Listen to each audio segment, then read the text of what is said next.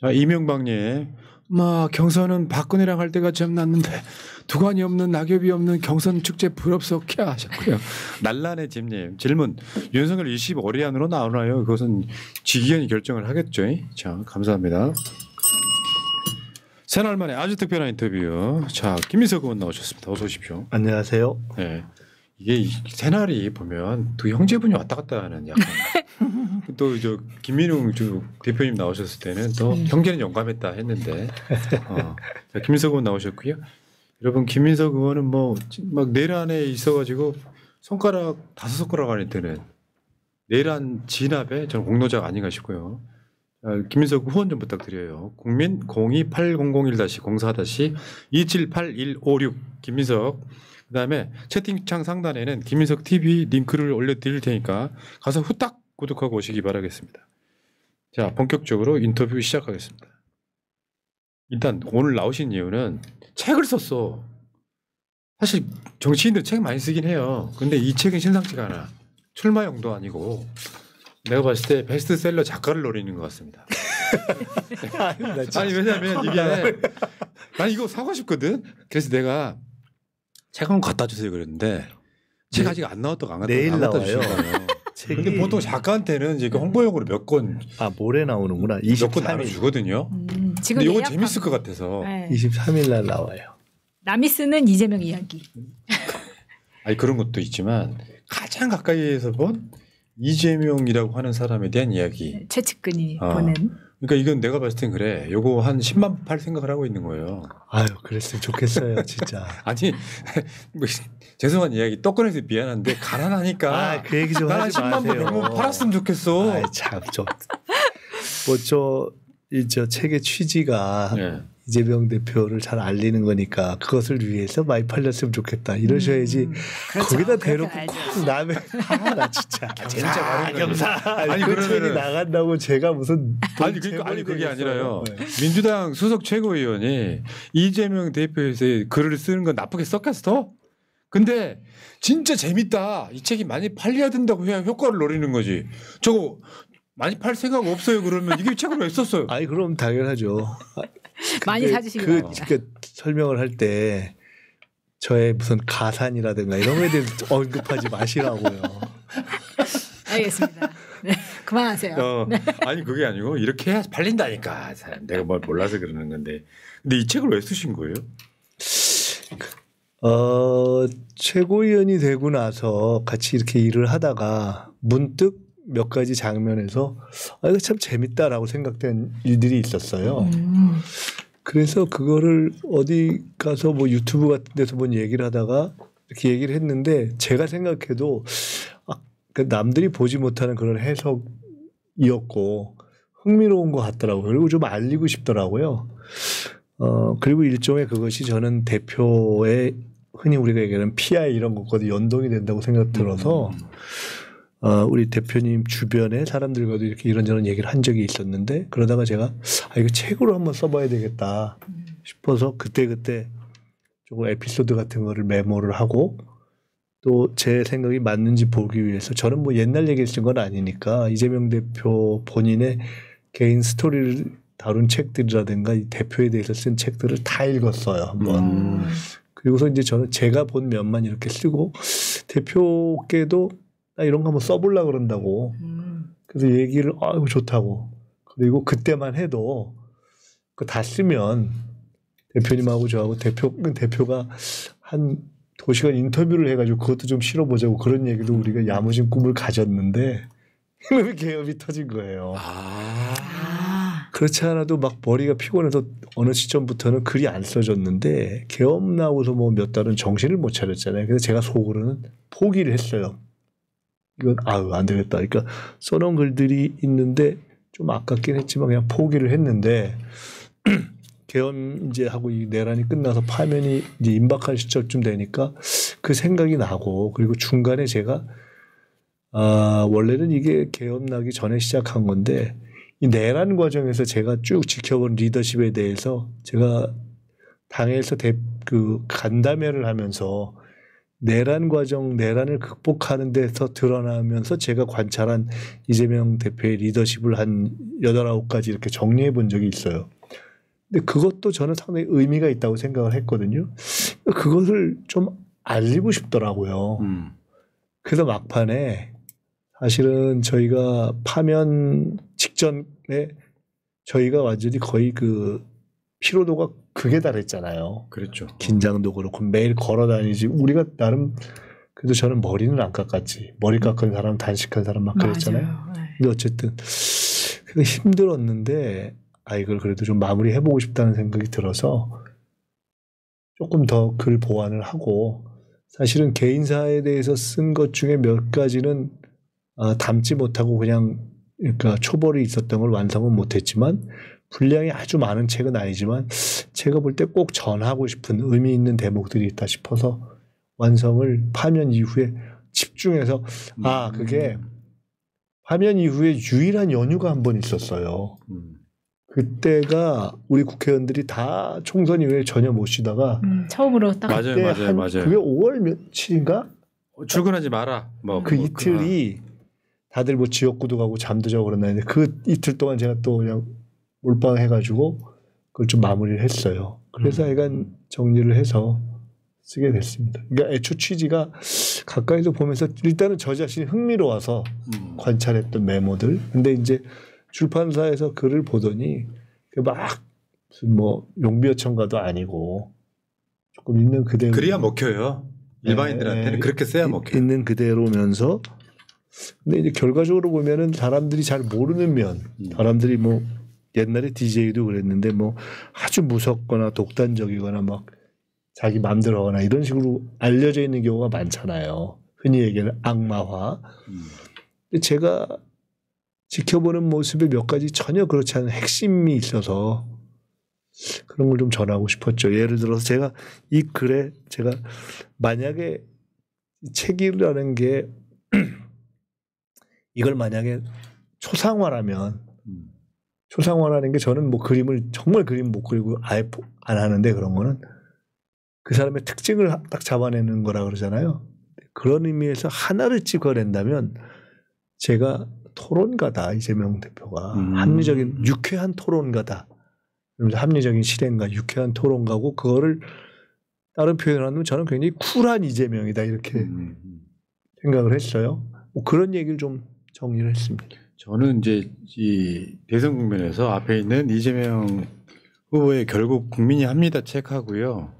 새날과 아주 가까운 이재명과 360을 책이 있고요. 그리고 또 이재명 후보의 참모들이 쓴 책 하나 곧 소개해드릴 게 있는데 그리고 김민석 최고위원의 이재명에 관하여까지 한 4권은 꼭 여러분들 소장해 보시기 바라겠고요. 지금 채팅창 상단에 이재명에 관하여 책 구매하실 수 있는 사이트 우리 이제 보통 교보에서 많이 삽니다.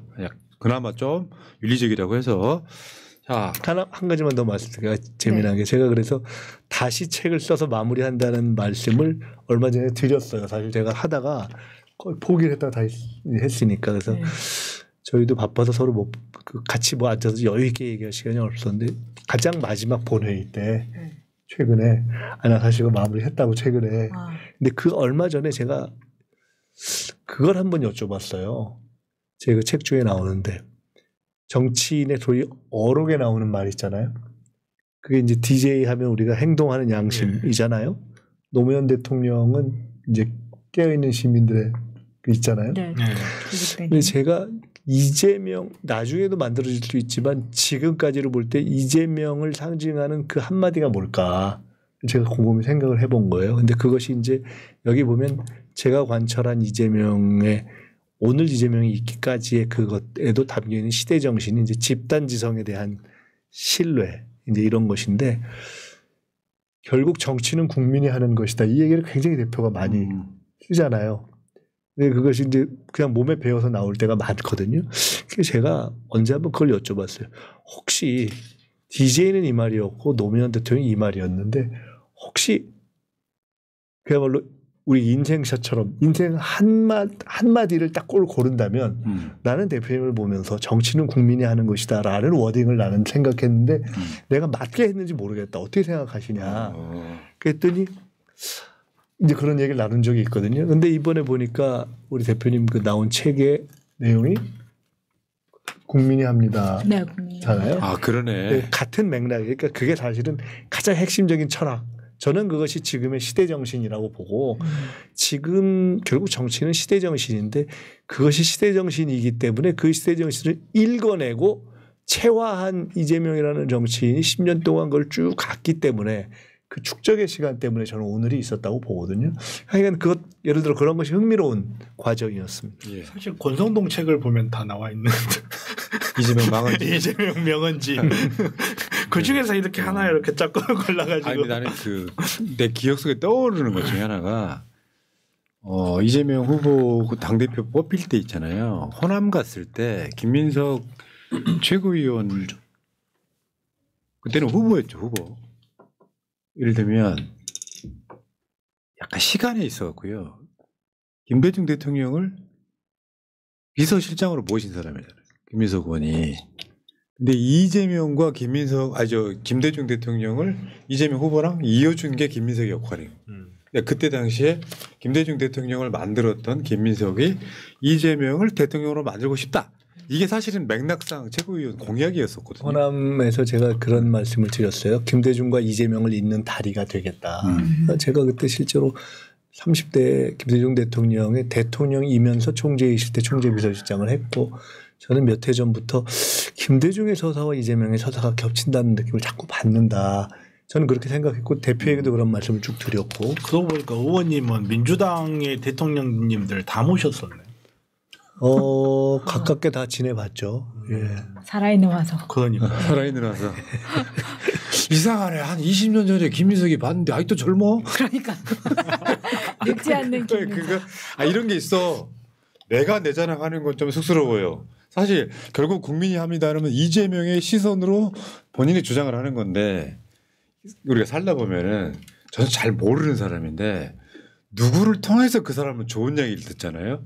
훨씬 더 그 아우라가 커요. 그렇죠. 그러니까 왜 우리는 극과 극이잖아요. 이재명을 아는 사람들은 진짜 이 사람 멋있는 사람이고 괜찮은 사람이라고 느끼는데 악마화된 이미지만 갖고 있는 사람들은 막 부도덕하고 막 무슨 찌재명이네 뭐 정권 몇 번이나 이지랄 하고 있잖아요. 그것을 김민석 최고위원이 좀 벗겨주고 싶었던 것 같아요. 그런 사람 아니다. 맞습니까? 그런 것도 있고요.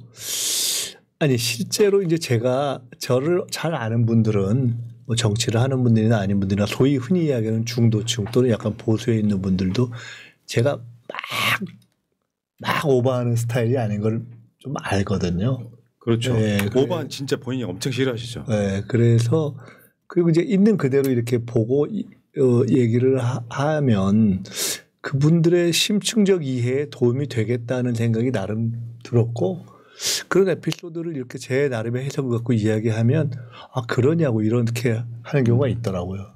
저는 그런 경우에 일부라도 그렇게 이렇게 다시 생각해 보는데 도움이 된다면은 그것으로 충분하다 이렇게 생각합니다. 이 책이 한 10만 부 팔렸으면 좋겠다 진짜로. 요즘에는 책이 안 팔려요. 그럼요. 새날 시청자보다 어떤 줄 아세요? 책 사라 그러면은 차라리 후원하고 말 책은 안 사요. 그런 시대 공간 차지한다. 그런 시대야. 이북으로도 내놓으시죠. 전지현님이 미국에서요.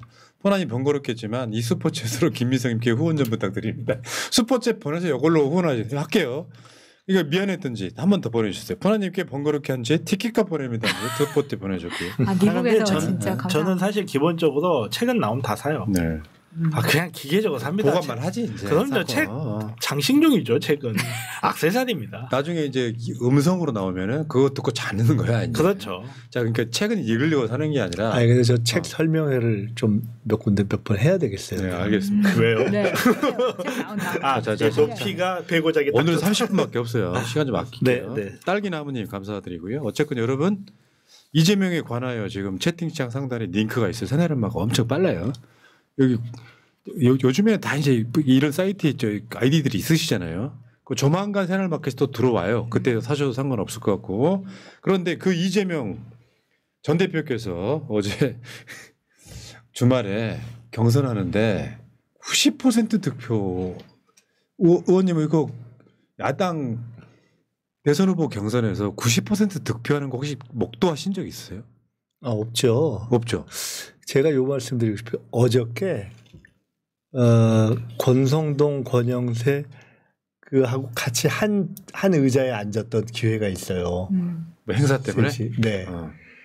그런데 그 자리에서 오늘 기사에 보니까 이제 그 얘기를 했더만요. 딱 뭐 의도가 드러나는 건데, 아우 무슨 푸틴 투표율 같아, 뭐 이러고 저한테 그다음에 뭐 후세인 투표율 같아 이러더라고요. 그래서 제가 권영세 위원장이 저 옆에 앉아서 그 얘기를 하더라고. 권영세, 권성동. 그래서 제가 아이 그럼 푸틴하고 후세인 같은 독재자를 깼는데 그거를 바라는 그 국민들의 여망이 90은 넘지. 네, 그래 버렸어요. 아 푸틴하고 후세인 같은 윤석열을 깼는데 그 정도는 90은 넘겨야 되는 거 아니야? 제가 그랬거든요. 할 말 없었겠다 진짜. 근데 이제 제가 딱 그걸 들으면서 아유 저거 참 써먹으려고 저러는구나. 그러니까 너무 우스운. 근데 제가 오늘 한마디 더 해줄 걸 이런 생각이 들었어요. 그거 보면서 제가 아니 여론조사에 50 넘게 나오는 거 못 봤어? 제가 그 얘기까지 사실 했어야 되는데 그래서 아니 여론조사에서 50 넘게 나오고 그쪽 당은 다 10 이하로 나오는데 차이가 그런데 우리 당에서 90 넘는 건 너무 자연스러운 거 아니야? 제가 그 얘기 잘 해줬을 걸 하는 생각이 들었는데 어제 제 옆에서 그러더라고요. 그래서 제가 아유 참 제가 카톡 보내세요 지금. 아니 우리 당의 후보가 90이 넘게 나오는 것을 갖고 푸틴 뭐 자꾸 그런 거 걱정하지 말고 자기네 당의 후보들 중에 10이 되는 사람이 한 명도 없는 거 그런 거나 좀 걱정하세요. 그러니까 예를 들어서 막상 경선 뚜껑을 열었더니 막 이재명 후보만큼이나 김동연, 김경수가 나와. 그럼 어떻게 쓸 거냐고.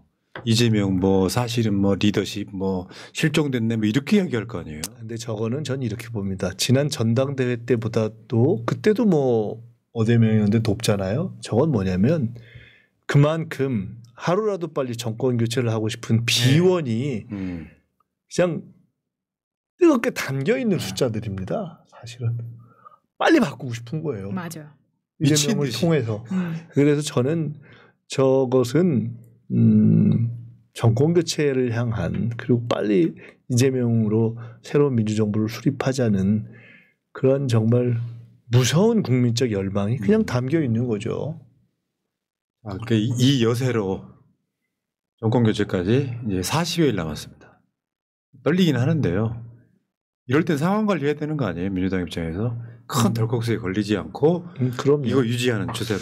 제일 중요한 것을 사실은 저희는 뭘로 보고 있냐면은 제가 매일 우리 이해식 실장님한테 또 그냥 우려가 제가 뭐 경선에 관여할 수는 없으니까 근데 이제 그냥 일반적으로 걱정해서 여기 하는 것이 첫째는 경호. 안전이 제일 중요하죠. 지금 안전이 제일 중요하고 당도 그걸 신경 쓰고 그래서 제가 지금 통상적인 경우와 달리 경선이나 이럴 때도 조금 이해를 해 주셔야 하는 것이 우리 당원이나 지지자분들도 대표를 조금 더 안전한 상황으로 이렇게 쭉 같이 있어야 돼요. 그래서 훨씬 과거처럼 그래서 행사장에 저희가 비표 관리도 훨씬 엄격하게 하거든요. 그거 어쩔 수가 없습니다. 그래서 그걸 조금 양해해 주셨으면 좋겠다. 지금 가장 중요한 건 아니에요. 지금 우리가 그렇다고 해서 무슨 공식적인 정말 그런 수준의 경호가 완벽하고 안심할 만한 수준의 경호가 하느라고 하지만 그 정도는 뭐는 안 되는 거잖아요. 그래서 그걸 좀 양해해 주셨으면 좋겠다는 생각이 들고 그 외에 이제 아까 같은 그런 비원 때문에 여러 가지 지지율은 높게 나오지만은 마지막까지 저희들이 실수하지 않도록 절박하게 또 안정적으로 선거를 해야죠. 남아있는 호남하고 수도권 여기도 비슷한 추세로 나오겠죠. 이제는 이제 이게 있어. 이재명이 되냐 안 되냐가 아니라 90% 넘기냐 마냐 그렇죠. 이렇게 되는 상황이. 그럴 겁니다. 예, 당연히 넘길 거. 알겠습니다. 근데 최근에 김민석 의원께서 한 놈만 패시더라고요. 한 놈, 한시성을 가진 놈. 한 놈만 사실은 패시더라고요. 하나 반을 패는데 한덕수하고 제가 권성동하고 둘을 패야 되겠다. 그런 거예요? 권성동 계속.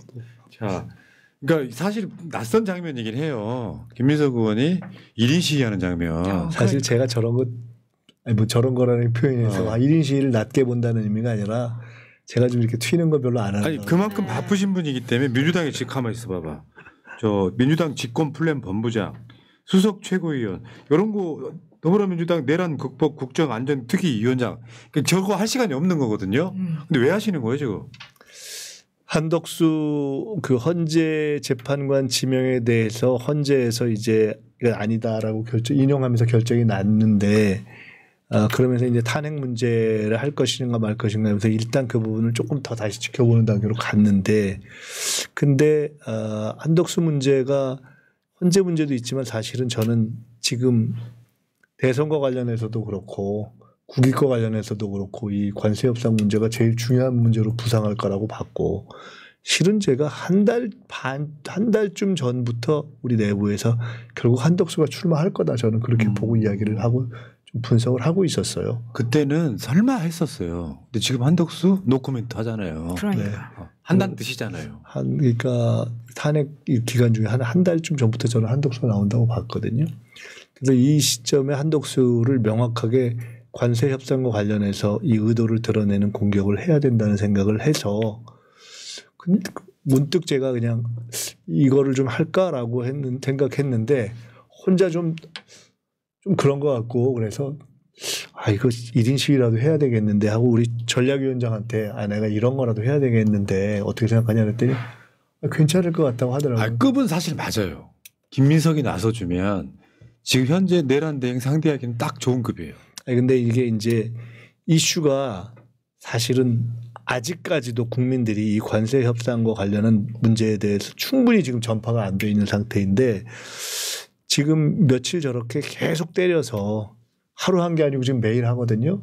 근데 이게 제일 중요한 문제이기 때문에 문제 제기를 해야 되겠다고 생각을 했고 그래서 하고 지금 매일 아침에 하고 있고 오늘은 삼청동 공관에 갔었고 내일은 이제 그래서 초선 의원들 모레는 재선 의원들 그다음에 목요일 날은 한덕수 대행에 대해서 제가 책임감을 좀 가져야 돼. 좀 미안하지만 같은 한시문 중에 한민수 의원이 또 나오고 한동훈. 네. 그리고 금요일 날은 우리 삼선 의원들 이렇게 조금 이어져서 점점 커졌어 지금. 하도록 좀 이렇게 서로 교감이 돼서 그렇게 해가고 있습니다. 한때 헌법재판소에 민주당 국회의원들이 막 갔었잖아요. 네. 이제는 이제 한덕수 주변으로 지금 다음 달 4일까지. 근데 김민석 최고가 지금 직책 맡고 있는 것만 지금 5가지 이상인 것 같은데. 지금은 이 싸움이 제일 중요하다고 봐서 제가 요 딱 하나만 잡고 집중하고 있습니다. 잘하셨습니다. 네, 맞는 말씀이신 것 같아요. 근데 지금 저기 한덕수가 차기 대통령 뽑히는 거 한 40여일 남았는데 한국, 미국 뭐 관세 뭐 여러 협의를 한덕수가 할 이유가 없는 거 아니에요? 이렇습니다. 90일 관세 유예가 그 기간 중에 새 정부가 6월 4일 출범하면 35일을 새 정부의 시간으로 갖게 됩니다. 그때 원래 현재의 과도 체제는 예비적인 작업만 하고 본격적인 협상과 결론은 새 정부에서 하게 되어 있는 겁니다. 그리고 현재 하는 것도 국회에 보고하고 하면서 기본만 하는 겁니다. 오바를 하면 안 되는 건데 한대행이 사실상 이제 오바를 하고 자기가 뭐 하는 것처럼 이제 하고 싶어 하는데 그 주어진 날짜가 언제까지냐? 5월 4일 공직사퇴 시한까지 한 2주 동안 사고를 치고 싶은 거거든요. 근데 지금 최상목 부총리조차도 그리고 안덕근 장관은 훨씬 더 이거 결론은 새 정부에서 내야 된다는 얘기를 이미 하고 있어요. 그러니까 사실은 그 사람들조차도 아니라는 게 너무 명확한 건데 오직 한덕수가 지금 완전히 그냥 푸시를 하고 있는 거거든요. 그래서 그 일이 우리 국익에 불가역적인 손해가 되지 않도록 압박하는 것 하나 그러면서 최상목 안덕근 팀에 대해서도 오늘 불러서 그래서 국회를 불렀고요. 그리고 정말 어떤 사고가 생기나 저희들이 보면서 뭔가 또 다른 결단을 해야 될 때는 그것도 지금 검토를 하고 있습니다. 근데 참 한덕수는 어떻게 보면 역사적 기회주의자이다. 이게 생각하면 해보면 한덕수 처벌받아야 될 사람이에요. 이게 꼭 한덕수의 문제가 아니고 저는 약간 국민의힘 입장에서 다음번 차기 대선을 성공하려면 민주당이 정권을 가져가기 전에 대한민국을 초토화시켜야 된다고 봐요. 얘네들은 IMF가 터지고 10년 지나서 잃어버린 10년이라고 그럽니다. 민주당이 경제를 망쳤다 그래요. 그리고 얘네들은 자기네들이 무슨 잘못을 하고 항상 내란을 민주당이 일으켰다. 카톡 계엄이다. 자기네들이 잘못하고 민주당한테 다 뒤집어 씌워요.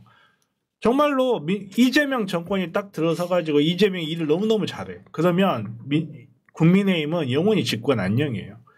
이재명이 힘들어하면 힘들어할수록 조중동을 위시한 이런 조직들을 동원해가지고 이재명 경제 망쳤다. 1년이 넘게 지났는데 아직도 윤석열 탓이냐. 너네들이 한 게 뭐냐. 국민들이 힘들어 죽겠는데 세금 올린다 하더라. 이런 언론 또 장난질 하면서 다음번 차기 정권을 노릴 거거든. 얘네들 늘 그래 왔어요. 늘. 처음이 아니고. 그래 나서 한덕수 같은 자를 내세워가지고 관세협정 엉망진창으로 맺어놓는다. 얘네들 입장에서는 손해보는 장사가 아니라는 생각이 좀 들어요. 일부러 그렇게 하겠습니까? 아니요. 저는 얘네들은 그럴 것 같아요. 그러니까 이재명 대통령이 될 것을 예상해서 한덕수가 경제를 망친다 여기까지 우리가 나갈 수가 없는 거고 아무튼 얘네들의 경제를 망치는 쪽으로 지금 자리를 잡아가고 있는 건 확실하잖아요. 맞아요. 네. 저 한덕수는 이제 뭐 나 영어 잘해 뭐 이거 하고 그다음에 이제 미국에 뭘 좀 하려 그래 뭐 요거 하나가 있고 또 하나는 저는 나중에 이제 내란 수사를 피하기 위해서 그 후보면 마치 그 당연한 내란 수사가 무슨 정치 보복처럼 그 프레임을 만들기 위한 이런 등등이 있다고 생각합니다. 근데 정말 나쁜 사람이죠. 그러니까요. 최악이죠. 을사 이완영 이후 또 을사의 한덕수 정말 나쁜 사람은 맞나요? 제가 이렇게 하여간 해방 이후 최악이라고 생각해요. 벼슬아치 중에. 잘 아셨죠? 이전에도 잘 아시던 분 아니에요? 저 사실은 뭐 잘한다기보다도 네. DJ 때는 그러니까 총리 이번에 되기 전까지 알았던 때와 총리 이번에 되는 과정에서 제가 보면서 저 사람이 완전히 있는 좀 맛이 좀 그렇구나 이제 이렇게 생각을 했는데 뭐 이런저런 저 DJ 때도 봤었고 사실은 하버드 동문이기도 하고. 네. 그러니까 레벨이 맞다니까. 급이 맞아 급이. 그러니까 그 한덕수가 제가 봤을 땐 더 가장 큰 문제는 뭐 이재명 정부가 들을 걸 예상해서 이거를 경제를 미리 망친다 이런 것보다는 일단 기본적으로 한덕수는 친미주의자로 유명한 사람 아닙니까? 그 친미주의자인 성향인데다가 그다음에 한덕수가 갖고 있는 정치적 기회주의 지지율 높게 나오면은 대선 한번 나와볼까? 그러겠죠. 요것이 하면서 그 모호성 불확실성 때문에 굉장히 좀 힘들어지는 상황까지 지금 가는 게 문제라고 보고요. 그리고 제가 정확하게 확인을 지금 해봐야 되긴 하는데 뭐 이제 그 한덕수에 대해서 얘기하면서 뭐 호남 출신이다 뭐 어쩌다 그런 걸 갖고 국힘에서 뭐 영향가가 있을 거다 뭐 어쩌고 이런 얘기 하잖아요. 뭐 제가 알기로는 그 공직 생활을 할 때 본인이 이력 이런 거 할 때도 그런 것도 잘 이렇게 쓰지도 않고 맞아요. 노 대통령 때 저기를 했는데 그 돌아가시고 봉화를 그때 그 당시에 찾아가지도 않고 저는 그랬던 거 아닌가 이렇게 기억을 해요. 참 그렇죠. 호남 출신이라고 호남이 지지한다는 그 바보 같은 생각이에요. 아니 뭐 전주가 고향인 게 부끄러웠던 사람인데 뭐 그렇기도 하고 노무현 대통령님 뭐 고향이 호남이어가지고 호남 사람들이 지지했나요? 맞죠. 호남 사람들이 이대한 건 그거예요. 그렇죠. 호남 출신 아니라도 아니 근데 그런 어떤 출신에 대해서조차도 그런 어떤 기본적인 양심도 안 지켰던 사람으로 저는 기억하고 있어요. 맞아요. 숨기려고 하고 뭐 그러니까 그런 사람들을 기회주의자라고 하는 거죠. 핍박을 받는 한이 있더라도 그 정권에서 출세를 못한 한이 있더라도 내가 갖고 있었던 기본적인 토대를 속이는 것 자체 그게 기회주의의 대표적인 모습이 아니냐 싶어요. 그러니까 노무현 대통령 때도 총리 그리고 윤석열 때도 총리 그런 사람 아니겠습니까? 자 어쨌건 김민석 의원의 여러분 이재명에 관하여 이 책은 한번 10만 부. 네, 10만 가자. 욕심 있으시네. 욕심 부려야 이게 대박 나는데. 100만 불 이야기해야 10만 불 탈 수 있는 100만 부 적었습니다.